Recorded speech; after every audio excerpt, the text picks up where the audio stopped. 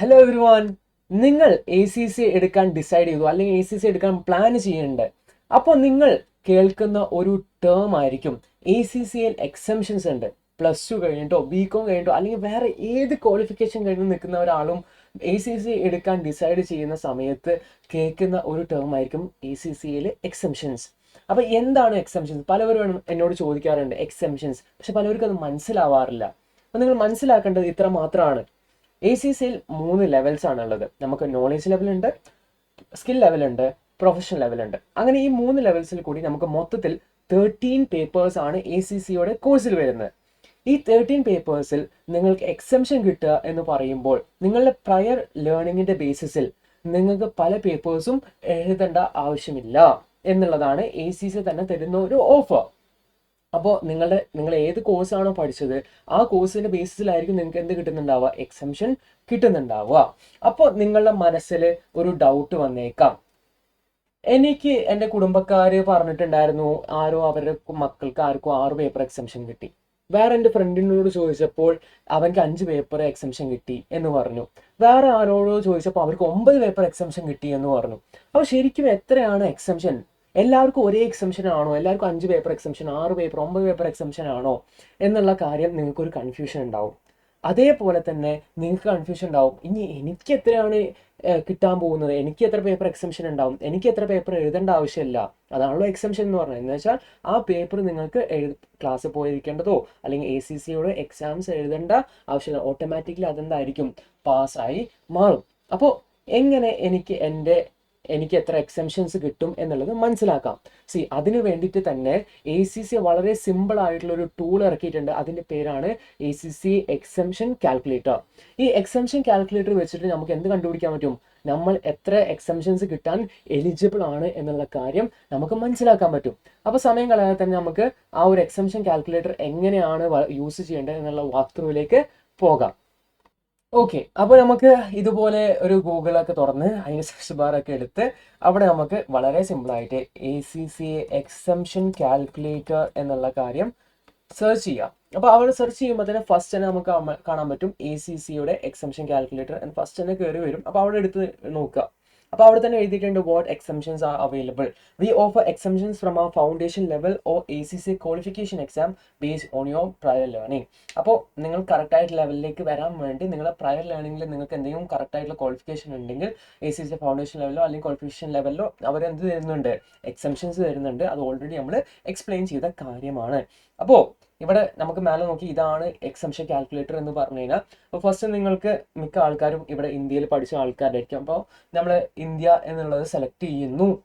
അപ്പോൾ നിങ്ങൾ വേറെ എവിടെയെങ്കിലും പഠിച്ചിട്ടുള്ള ആൾക്കാരാണെങ്കിൽ നിങ്ങൾക്ക് ആ റീജിയൻ സെലക്ട് ചെയ്യാൻ പറ്റും. അപ്പോൾ നമ്മൾ ഇവിടെ ഇന്ത്യ എന്നുള്ളത് സെലക്ട് ചെയ്യുന്നു.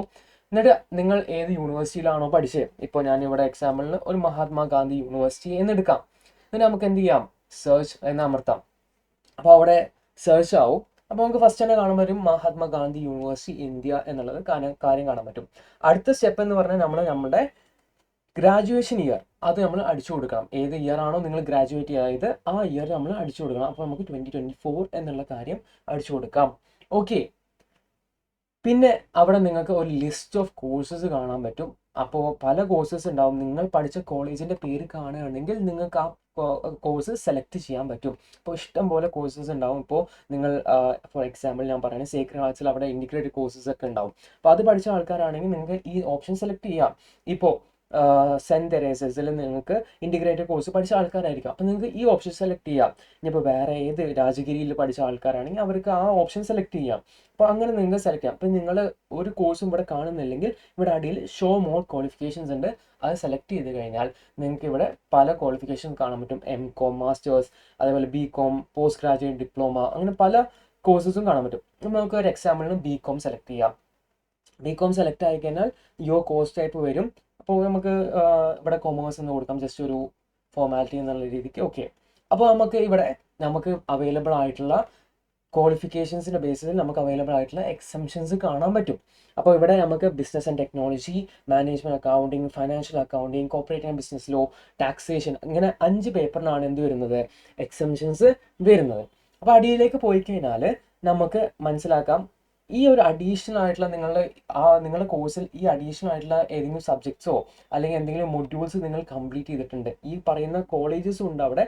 അപ്പോൾ അവിടെ നോക്കിക്കഴിഞ്ഞാൽ നിങ്ങൾക്ക് മനസ്സിലായി ഈ ഒരു അഡീഷണൽ കോഴ്സ് നിങ്ങൾ അവിടെ കംപ്ലീറ്റ് ആക്കിയിട്ടുണ്ടെങ്കിൽ, നിങ്ങൾ പഠിച്ചുകൊണ്ടിരിക്കുമ്പോൾ കംപ്ലീറ്റ് ആക്കിയിട്ടുണ്ടെങ്കിൽ ഈ അഡീഷണൽ ആയിട്ടുള്ള ഈ പേപ്പേഴ്സും കൂടി നിങ്ങൾ എക്സംഷന് എലിജിബിൾ ആണ് എന്നുള്ള കാര്യമാണ് അവിടെ ആ ഡീല് പറഞ്ഞിട്ടുള്ളത്. അപ്പോൾ നമുക്കൊരു എക്സാമ്പിൾ നോക്കാം. ഇപ്പോൾ ഫൈനാൻഷ്യൽ മാനേജ്മെന്റ് എന്ന് പറഞ്ഞിട്ടുള്ളൊരു മൊഡ്യൂൾ നിങ്ങളുടെ കോഴ്സിന്റെ സിലബസിൽ ഉണ്ടെങ്കിൽ നിങ്ങൾക്ക് ഈ FM പേപ്പറും കൂടിയും എന്ത് കിട്ടാം, എക്സംഷൻസ് അവൈൽ ചെയ്യാൻ പറ്റും. അപ്പം അങ്ങനെയാണ് നമ്മൾ എന്ത് ചെയ്യുക, എക്സംഷൻ കാൽക്കുലേറ്റർ യൂസ് ചെയ്യുക. അപ്പോൾ അത് നിങ്ങൾക്ക് മനസ്സിലായി എന്ന് വിശ്വസിക്കുന്നു. നിങ്ങൾ എക്സംഷൻസിൻ്റെ അവിടെ നിങ്ങളുടെ യൂണിവേഴ്സിറ്റി അല്ലെങ്കിൽ നിങ്ങളുടെ ക്വാളിഫിക്കേഷൻ അടിച്ചു കൊടുക്കുമ്പോൾ ഏറ്റവും റെലവൻ്റ് ആയിട്ടുള്ള അല്ലെങ്കിൽ ഏറ്റവും റീസെൻ്റ് ആയിട്ടുള്ള ക്വാളിഫിക്കേഷൻ അടിച്ചു കൊടുക്കുക. അപ്പോൾ അതിൻ്റെ ബേസിലായിരിക്കും നമുക്ക് എന്ത് കിട്ടുന്നുണ്ടാവുക, എക്സംഷൻസ് കിട്ടുന്നുണ്ടാവുക. അപ്പോൾ ഇനി നിങ്ങൾക്ക് പലവർക്കും ഇപ്പോൾ എക്സംഷൻസ് കാൽക്കുലേറ്റ് ചെയ്യാൻ മനസ്സിലായിട്ടുണ്ടാവും അല്ലേ. ഈ എക്സംഷൻ കാൽക്കുലേറ്റർ യൂസ് ചെയ്തിട്ടാണ് നമ്മൾ എന്ത് കാൽക്കുലേറ്റ് ചെയ്യേണ്ടത്, നമുക്ക് എത്ര എക്സംഷൻസ് കിട്ടുമെന്ന് മനസ്സിലാക്കേണ്ടത്. ഓക്കെ, ഇനി ചിലവർക്ക് ഡൗട്ട് ഉണ്ടാവും, ഓക്കെ എക്സംഷൻസ് എത്ര കിട്ടുമെന്ന് മനസ്സിലായി, ഇനി എങ്ങനെ അപ്ലൈ ചെയ്യാൻ പറ്റും. പലവരും ACC ഇൻസ്റ്റിറ്റ്യൂട്ട് വഴിയായിരിക്കും ഇത് അപ്ലൈ ചെയ്യുന്നുണ്ടാവുക. പലവരും ഇപ്പോൾ ACC സ്റ്റാർട്ട് ചെയ്യുന്ന ആൾക്കാരായിരിക്കും. അപ്പോൾ നിങ്ങൾക്ക് പക്ഷേ എന്നാലും ഞാൻ നിങ്ങൾക്ക് എന്തൊക്കെയാണ് അതിന് ആവശ്യമായിട്ടുള്ള കാര്യങ്ങൾ എന്നുള്ളത് ഒന്ന് പറഞ്ഞു തരാം. ഓക്കെ, അപ്പോൾ നമുക്ക് അതിൻ്റെ പേജിലേക്ക് പോകാം.